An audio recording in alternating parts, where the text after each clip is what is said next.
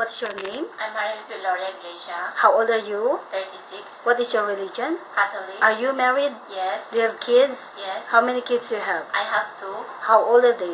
15 years old and 8 years old, Okay, so how long been you working in Hong Kong? 6 years and 8 months. Do you have any work experience in other countries? Yes, I have 2 years. Middle East, Okay, so how long you been working with your current employer?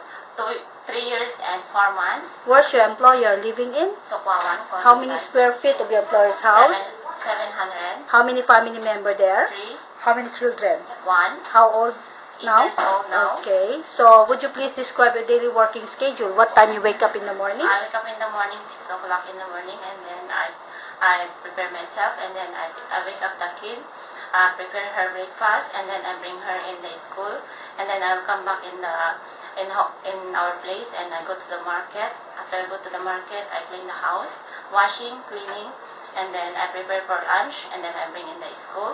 After that, I pick up the kid, and then I call the kid, make the homework, I help her, and then after that, I will play a little bit for the kid, and then I prepare for the dinner, and then we eat, and then I call the kid take shower, and then we go to the bed.